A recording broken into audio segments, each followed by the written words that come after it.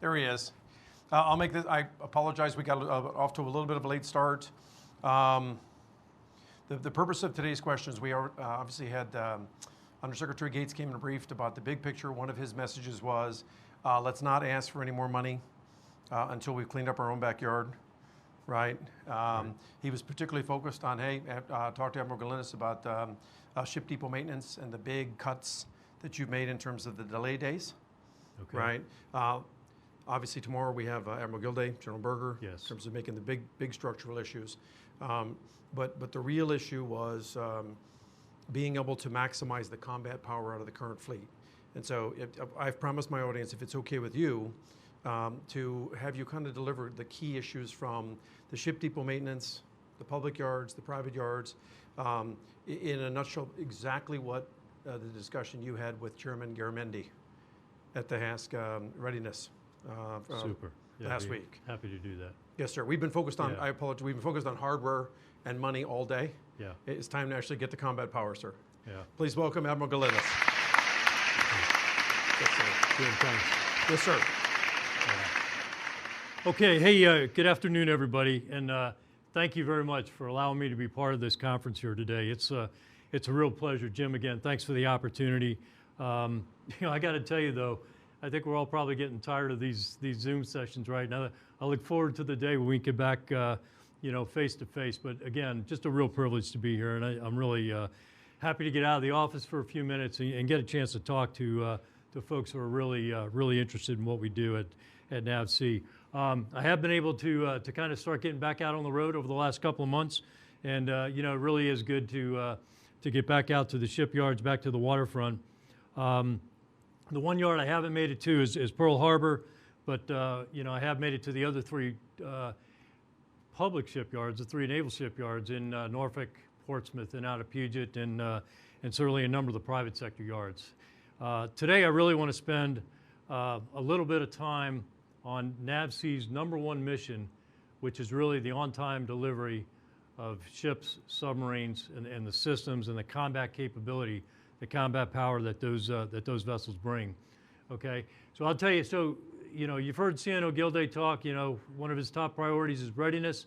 As I stand here today, 70% of the fleet that we have in service today will be here in 2030. Okay, so think about that. 70% of the ships at sea today will be here 10 years from now, and that's a pretty clear message and pretty clear focus on why maintenance and modernization is my highest priority. With that in mind, what I'd like to do is provide this team here with a sense of what NAVSEA is doing to deliver ships and submarines and aircraft carriers on time, every time, back to the fleet. So let me start with the public sector. In our public shipyards, since 2010, we've seen a 25% increase in our workload.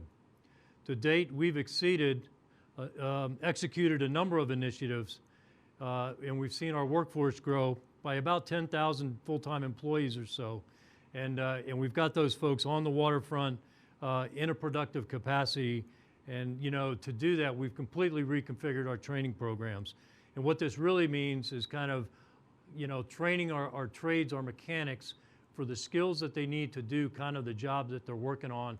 Not really give them that that total soup to nuts, end-to-end training. They will get that over time, but really to kind of accelerate the training process, focus on what we need to get them to the waterfront to start being productive trades. And that's really proven to be a real benefit for us. And so, the time that it takes to train a mechanic today is roughly about half what it has been historically if we were to send them through that full training process right up front. Like I said, they will get that training, but just not all at one time. It's kind of train as they need to be. So that's really helped us to grow our productive workforce in a very short period of time. And that's really key. Having more well-trained employees at a faster rate allows us to increase our efforts and improve our performance over time and get ships back to the fleet faster. So as a result of that, we have seen a significant drop in the days of maintenance delays, going from just over 1,500 days of delay in 2019 to just under 400 days of maintenance delay in 2020. 2020, and that's with 6 ships delivering over that time. So, you know, in any given year, we'll have anywhere from 18 to 20 availabilities in progress in the public sector. So 6 of those delivered in 2020, just to kind of put that in a little bit of perspective. And so, as all on this call know, you know, in this era, great power competition, getting ships back to the fleet, providing that forward presence really matters. But I will tell you, where we are is not good enough, okay? And we've got our challenges out there. And so what are we doing about that? So let me start off by talking about the Shipyard Infrastructure Optimization Program, which really started almost 3 years ago under my predecessor. And I'll tell you, I think we've garnered widespread support across the Navy and also within Congress. And I'm not going to talk about pending legislation or whatnot, but you know, the SIOP program is, I think it's seen favorably. We've got some work to do to update the team in terms of where we are, but there's a lot of good work going on there. It's a complicated program, okay? And what we're really doing is recapitalizing our 4 public shipyards, and that includes the construction and the restoration of dry docks, okay? Construction of new dry docks and restoration of many of the docks that we have. Over the last couple of months, we've established a fully dedicated program office to execute this program, and right now we're looking at ways to see if we can accelerate it, okay? We've said that, you know, generally it's a 20-year program, which clearly is a long time. I do believe there are opportunities to accelerate that, but what I would tell you, it's going to be driven by probably 2 factors. One is our ability to execute the maintenance requirements that we have to while we're recapitalizing the yard, and then certainly the budget always gets a vote. So we'll see how that plays out.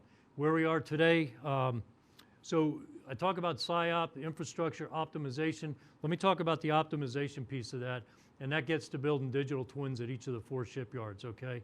And this is done to help us take a look, assess the material flow, the production processes in the yard, and so we're in the process of building those digital twins now. We're finished with the digital twin at Pearl, and the other 3 shipyards will finish those models here later this year. And that's again in Norfolk, Puget, and in Portsmouth. As I said, we're currently executing on a number of fronts. We've got a lot of production work going on right now up in Portsmouth, New Hampshire, up in the shipyard up there. And if you haven't had a chance to kind of see some of the pictures or visit the yard of late, a lot of work going on in the number 1 dry dock up there to really build a large flooding basin, okay, to expand the size of that dry dock. That's going to allow us to dry dock the Block 5 Virginia-class submarines when they come online here in a few years. And as everybody knows, those submarines are longer and bigger, and so we need the extra capacity in those dry docks. We're also in the process of going through the early stages of a planning for a new dry dock in Pearl Harbor, again, to accommodate the Block 5 Virginia-class boats. And that is something, you know, that's very important. So when I talk about acceleration, you know, that's potentially an area where we could accelerate, which is really in the engineering and the planning part of this.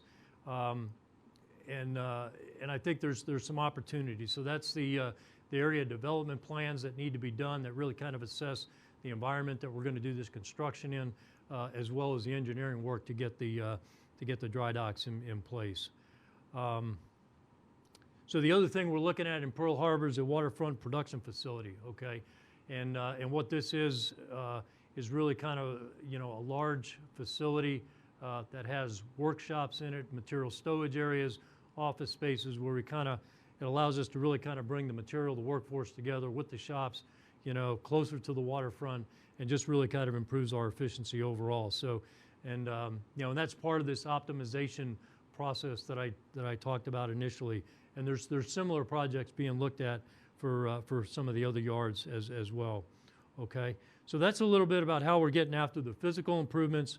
But quite frankly, you know, if you've been in any of our public yards as of late, I think we'll all agree that they're long past due.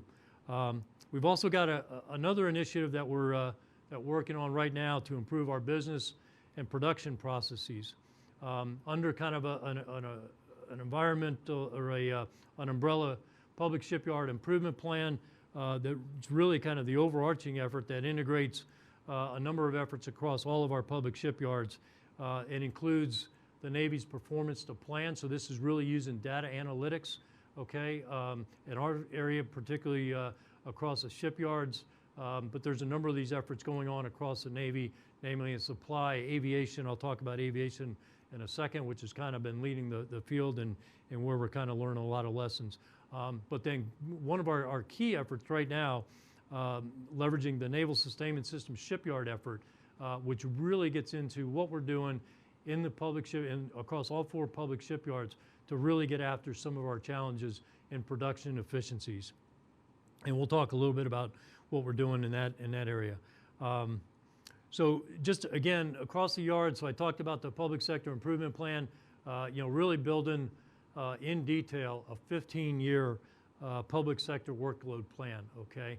And this really, is really kind of giving us insight into what the workload in the shipyards, not that we haven't known this in the past, but with a lot more detail, a lot more fidelity based on yard loading, material availability, workforce efficiencies, things like that, to really kind of lay out what the workload looks like across the 4 public shipyards. And that's really going to serve as our baseline that feeds into the Navy's 30-year shipbuilding plan. So that effort is ongoing and well underway.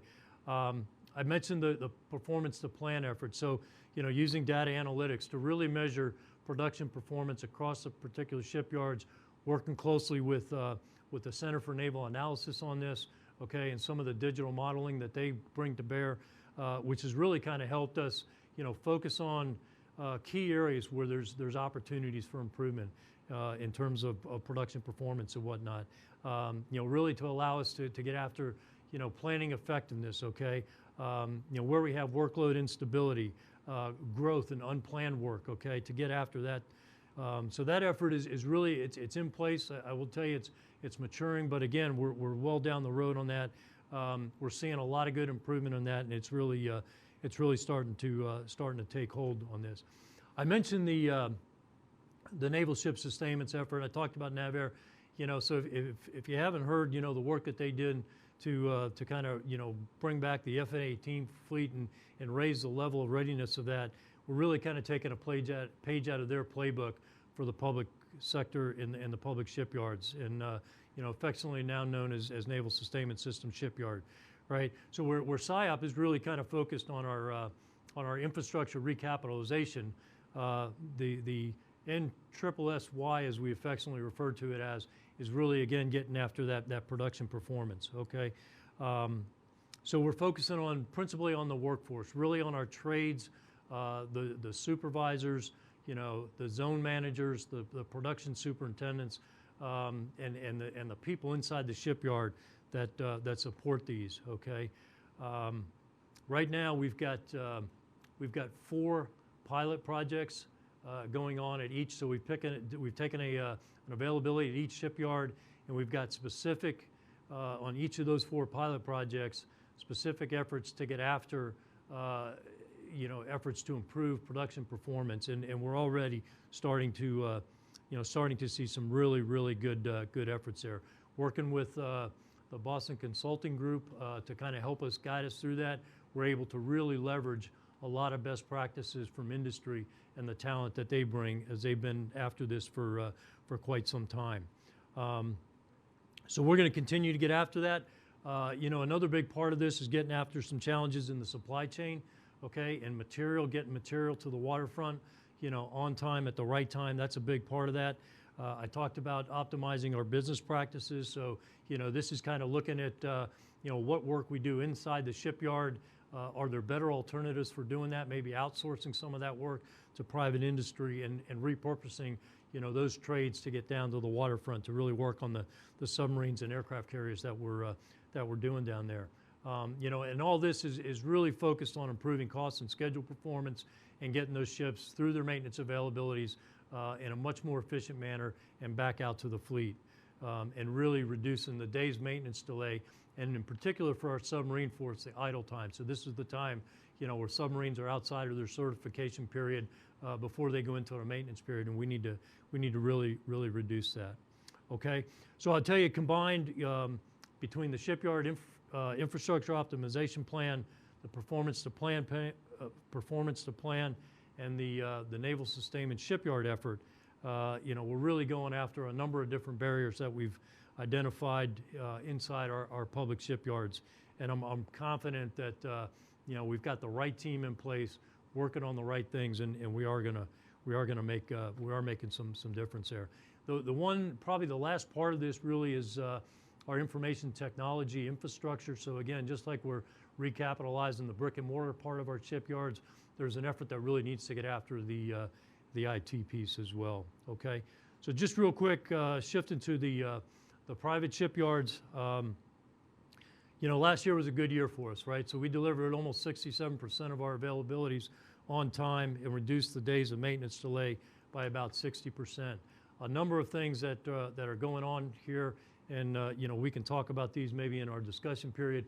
How we're contracting for these availabilities, trying to get contracts in place 4 months before we start the availability, getting the material into the shipyards on time. We're really 95% of our material right now is on station 30 days before the availability starts, and then getting after change management. So a lot of work going on right there. I'll stop there. I could go on for a while with some of the other work that we're doing, but really look forward to having a discussion and answering your questions. And again, Jim, thanks for the opportunity to be here. Really appreciate it. Thanks so much, everybody. I'll follow you, sir. I apologize, sir. I was trying to tell you, you can take as much time as you want. We've got extra time. Sir, with you. Thanks so much for joining us. Thank you. All right, Admiral, I gotta jump right in here. It's okay. I know you're a native of Delray Beach, Florida, so we have to have the full disclosure. The congressman from down there used to be Congressman Patrick Murphy, not the same one. I'm the Patrick Murphy congressman from Pennsylvania, but yes, he was younger and better looking than me, so we call him 2.0 version. Very good. So I will tell you, back in the day, it was Paul Rogers. Oh, sure. Who actually was gracious enough to give me the nomination to the Academy. So, yeah. Well, you're a proud 1983 graduate from the Naval Academy, and I know we have a slew of folks that are itching to chat with you. So we're going to go to our guest here. We're going to start off with Mark Van Droff. Mark, you get the first question for the Admiral.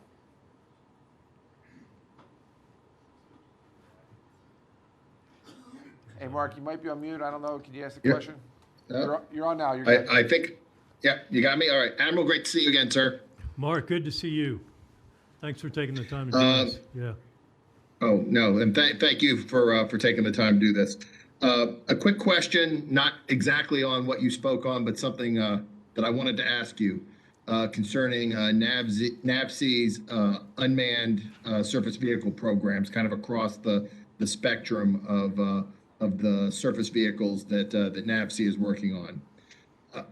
Do you view those, does the Navy view those as primarily unmanned vehicles that will occasionally be manned?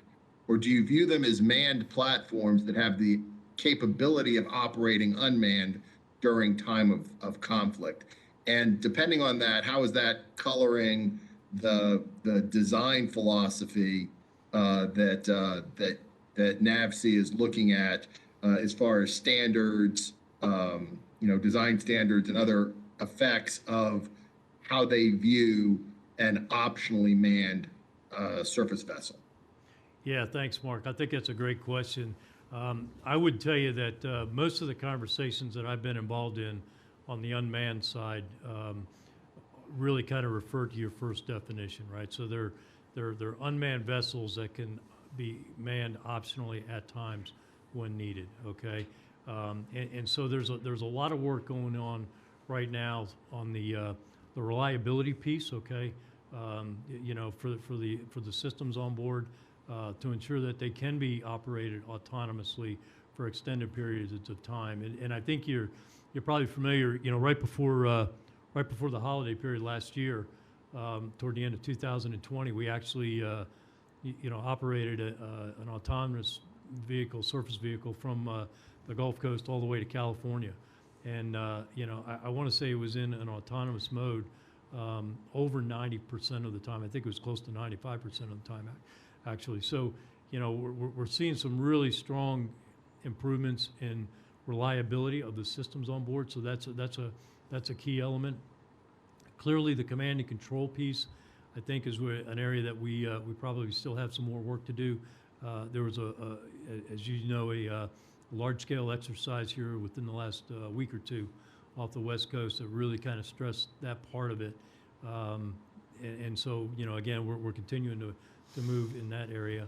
The you know, the third part really kind of as we get into these is probably the you know, the concept of operations and how we operate those, especially the surface vessels, which you know, as you well know, operate in an environment that, you know, could potentially be accessed by our adversaries. You know, maybe unlike an aerial vehicle or an undersea vehicle. Okay. Hopefully Thank that you, gets sir. to your point. Yeah, thanks, Mark. Thanks, Mark. Hey, we're going to go to Neil Pickard from Rolls-Royce. Neil, you're up. Hi, good afternoon, Admiral. Great to see you again, sir. Yes, sir. Hey, Neil. Hey. First of all, congratulations on the improvements you're making on the maintenance side and the availability. And with the recent announcements of the levels announcement of the investment in the yards as well. Clearly, you're only as fast as your slowest moving part. So I wondered if you could elaborate a little bit more on your thoughts with regards to how the Navy and industry can grow the collaboration to help move to the next level, particularly in and around forecasting and planning. I'm sorry, Neil, I missed the last part of that question. Forecasting for what again? And planning. For planning, I think. Forecasting was planning. Oh, so I will tell you, so our ability to forecast and better plan availabilities, I think, is where you're going. Is it? Did I got that right? Yeah. So what we're doing. Yes, sir. Yes, sir. Yeah. Thanks for that, Neil. So we're using. We are starting to see more and more opportunity to leverage the data that we have and really implement kind of a data analytic type solution. And you know, we've got. As you know, across the three types of platforms that we have in the Navy, you know, submarines, aircraft carriers, and surface ships, we have dedicated planning activities for each one of those platforms. Okay, and those planning activities develop the class maintenance plan for the different ship classes within those three categories. Okay, and so you know each one. So the carriers and the submarines, where we do the nuclear maintenance inside our public shipyards.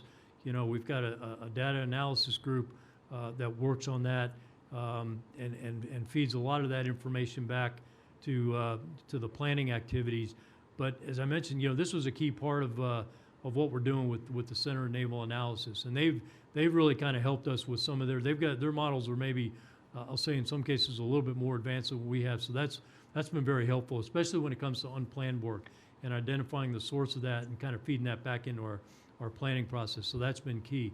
On the surface side, very similar. What I would tell you, we've been working with the Naval Surface Warfare Center out of Corona for many years now, and we really have developed a pretty good data set and a good solid history of surface maintenance availabilities. And I would say in some cases maybe we're probably a little bit further along on the private sector side than the public sector side for planning. So on surface ships, but we're transferring a lot of lessons, you know, back and forth between the two different organizations there. So the data analytics piece is key. The other strategy that we're incorporating here is more, I'll say, directive maintenance.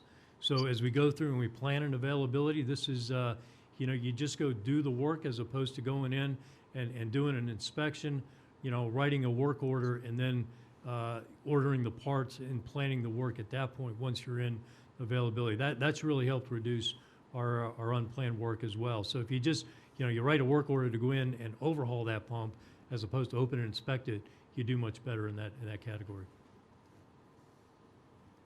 Hey, Neil, thanks so much for your question. We appreciate it. We're going to go now to Aidan Quigley, Inside Defense.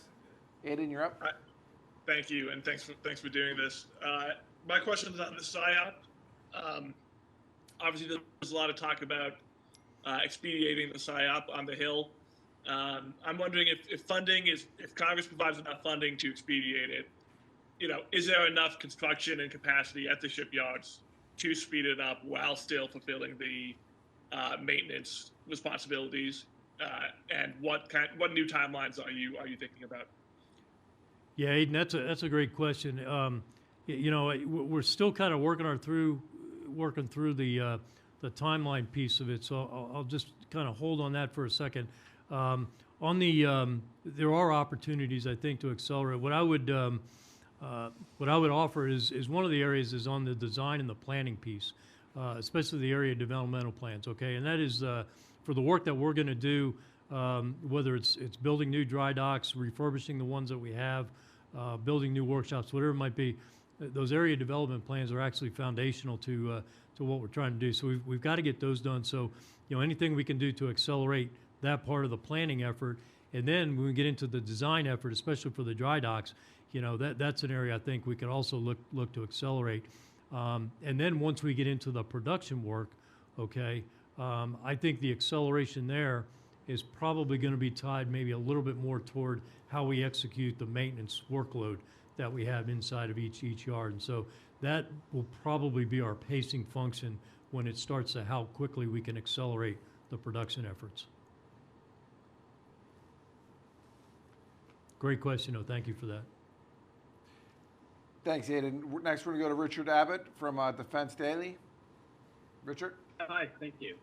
I was wondering if you could go over the status of the cruisers undergoing modernization, the kinds of problems and delays, and how that informs Navy decision-making in planning to retire some of the cruisers in the near term. Hey, Richard, this is Patrick. Would you mind asking your question one more time? You came in a little broken at first. Can you rephrase your question? Sure. Can you go over the status of the cruisers undergoing modernization, the problems and the delays, and how that informs the Navy decision-making in retiring some of the cruisers? Yes, sir. Yeah. So right now we've got there are 5 cruisers in the program, 3 of which are actually 4 of which are well into their the big modernization availability. And so just real quickly for the folks out there, I think everybody knows, the way this program was set up was 2 smaller availabilities and then into the major modernization availability. So the first one was kind of the removal of equipment and the start of some structural repairs. The second smaller availability is really focused on structural repairs, and then the third availability really got into the modernization piece of that. And as I mentioned, so 4 of these are well into the third availability, the larger maintenance availability. And I'll be honest with you, I mean, we're having our challenges with the first 3 ships that went in. We've got 2 on the East Coast, 1 in San Diego, and then the 4th ship, which is up in Seattle right now, frankly is doing fairly well. And so a lot of lessons learned from the first to the second to the third ship, and then the 4th ship. The first 3 ships, like I said, are struggling. The 4th one's doing well. We're getting ready to induct the 5th ship into that major modernization availability here later this year. And so that's kind of the current status of the program. And so that's kind of where we are on that, sir. But thanks for that question. Yeah. Richard, did you have a follow-up? I want to make sure, do you have a follow-up to that? No? Okay, great. Next, we're going to go to Megan Eckstein from USNI. Hi, Admiral. Thanks so much. Yeah, thank you so much. I appreciate you taking the time today. Hi, Megan. I wanted to ask you about sort of some digital tools that NAVSEA has been embracing. We have the Forge now. There's the Rail system for unmanned systems, doing a lot with virtual twins, digital shipbuilding. And I just wondered kind of collectively, what all these new tools do for NAVSEA and kind of, big picture, how you expect that this will change the way NAVSEA goes about building and maintaining new ships going forward. Yeah. No, thanks. That's a great question, Megan. So, that's one of our NAVSEA priorities, right? Is the transformation of our digital strategy. Okay, and I'll just hit a couple of areas. So, digital twins, right? And so, we've got between NAVSEA and the PEOs that we work with, We've built digital twins on a number of systems. So just as an example, the Aegis combat system, we have a digital twin of that. We've actually, been able to, make, where we've had problems with the combat systems or had to provide software upgrades or updates, that digital twin has been very helpful in allowing us to quickly test those software changes and get them deployed to the fleet. So that's one area. We've developed digital twins for a number of machinery and elements and equipment. Okay, so gas turbines is one, and we use that quite often. And just recently, this was a ship overseas where we had a problem with one of the gas turbines, and we were able to use the digital twin to quickly diagnose the problem, determine what the failure mechanism was, and get the part to the ship without having to fly a technician to the ship. And it saved, probably literally weeks if we had to fly someone out there, go through the troubleshooting process, identify the part, and then fly the part out. So we were able to quickly accelerate that process. So, we're finding the digital twins really are paying some good dividends for us. The other thing, just kind of in the digital shipbuilding area, I think we've still got some more work to do. At the Warfare Center at Card Rock, we've got some incredible capability out there in ship design tools and what the engineers out of Card Rock do. I think what we're really working on now is looking as we start. I'll use DDGX maybe as the example. As we start down that design and acquisition approach for that platform, and being able to leverage the tools that the government has as well as what industry use, and more importantly the tools that they're going to use to go through the detailed design, the construction, and then really kind of the holy grail in this is to be able to take that digital model and carry it into the sustainment area, which quite frankly we have not, we really haven't been successful in that area. So that's really what we're trying to get to. And so it's the integration of those tools. There's a lot of tremendous design capability out there, but the integration of those tools between what the Navy has, what industry has, and then being able to take that forward into sustainment, I think is really where we want to go. So just a couple of examples of what we're doing in that area. Great question. Admiral, Megan, do you mind if I just piggyback on the question? When you look at COVID, we've been all, most of us now working from home across the world, and it's a much broader footprint, a bigger footprint, which means that we now have more vulnerability when we talk about some cyber threats and cybersecurity. We know what happened last week, obviously just a few days ago, with DarkSide attacking our Colonial Pipeline, which is about 45% of the oil that we use in the East Coast. We know that 11 law enforcement agencies have been ransomware in the last year. And I'm not asking you for any classified information, but are you seeing more attacks, not just from competitors, but from also independent actors from overseas? Well, I tell you, so as part of our digital transformation, cybersecurity is at the top of the list. And I will tell you, I think we're already at war in that space, quite frankly, and I think we saw that, as you indicated last week, okay? And whether it's a state or a non-state actor, but that's an area that we take very seriously. We are in the process of deploying cyber protection to the fleet. It's already out there at some level, but it is an area of concern and one that we watch very closely. Yeah, yes, I mean, when you read Richard Clark's book, the fifth domain, being cyber, because we have air, land, sea, space, and obviously cyber. You look at that and you say, hey, and the folks that are here today, it's a public-private partnership. We have the United States Navy and we have private partners, many of who are part of this conference. We have now passed in federal law some higher standards with the CMMC. So all the federal contractors have to have a certain level of cyber hygiene. Right. What advice would you give to folks that are listening as it comes to cybersecurity and cyber hygiene, because this is a public-private partnership? No, it's very important, and I think for the team on the conference here, I feel confident that our larger companies, okay, our larger defense industry, has the capability to incorporate the requirements that we laid on them. Where I do get concerned a little bit is some of our smaller companies that may not have the resources or access to the larger IT departments. Okay, have we from the government perspective, provided the right level of guidance, maybe providing the right level of assistance to make sure that they have what they need to protect the information, because it's not just the systems we have in operation. Obviously in our world, with all the design work that we do, we work a lot with what we call critical unclassified information, right? Which it may not be classified, but it's very important information. It's sensitive, and certainly an opportunity to maybe aggregate some of that information does take it into the classified domain. So it's the information we deal with, we need to protect that every day, and we talk about that a lot inside the Naval Sea Systems Command. That's an important area for us. I happen to be a commissioner in what's called the U.S. Cyberspace Land Commission, Sure. with senators, members of Congress, and CEOs, and we really do need a whole nation approach, not just a whole government approach, but a whole nation approach when it comes to some additional measures, because we have actors out there and competitors that are trying to steal our IP and trying to obviously not just attack us, but attack industry as well. Yes, sir. Yeah.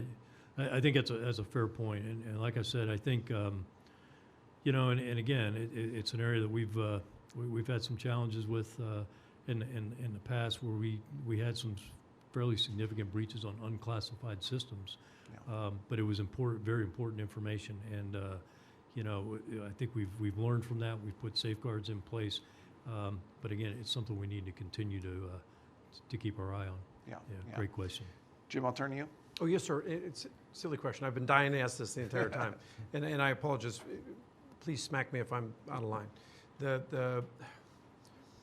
Whenever Congress comes out, the position is don't retire CG-47s, don't retire LSDs, don't retire minesweepers. Could you just kind of just walk through the fleet that you see, whether it's carriers, submarines, DDGs, CGs, and just kind of a thumbnail of the health? I mean, not to be inappropriate, sir, I almost get the impression when you look at the news, like some of the CG-47s, that they're literally just cracking to the point where even trying to trying to keep those out on the high seas actually stops you from putting the savings into the modernization in terms of buying the new frigates or buying the. Yeah. No, Jim, thanks for that question. I'll just, and let me just kind of address it from a technical perspective. Yes, sir. Okay. The cruisers right now across the force, 30 to 35 years old. Okay.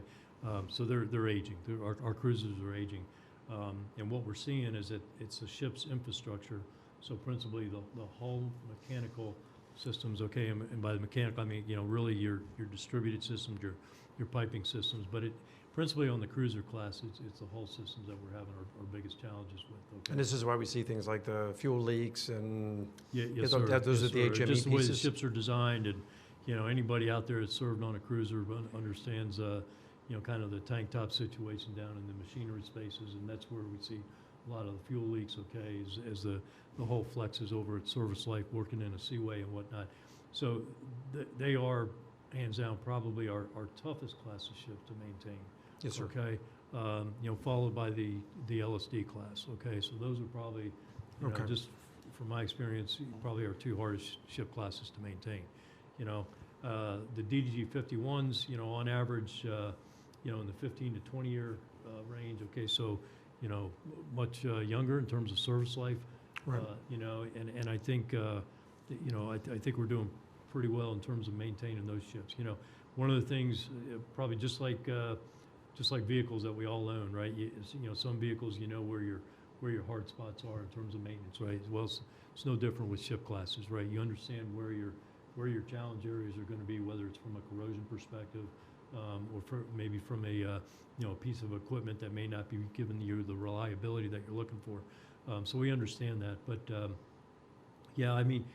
just what the Navy's done last year, over the last 18 months or so, I think a very detailed analysis in terms of the force structure, and just a tremendous amount of work done, a lot of good work done.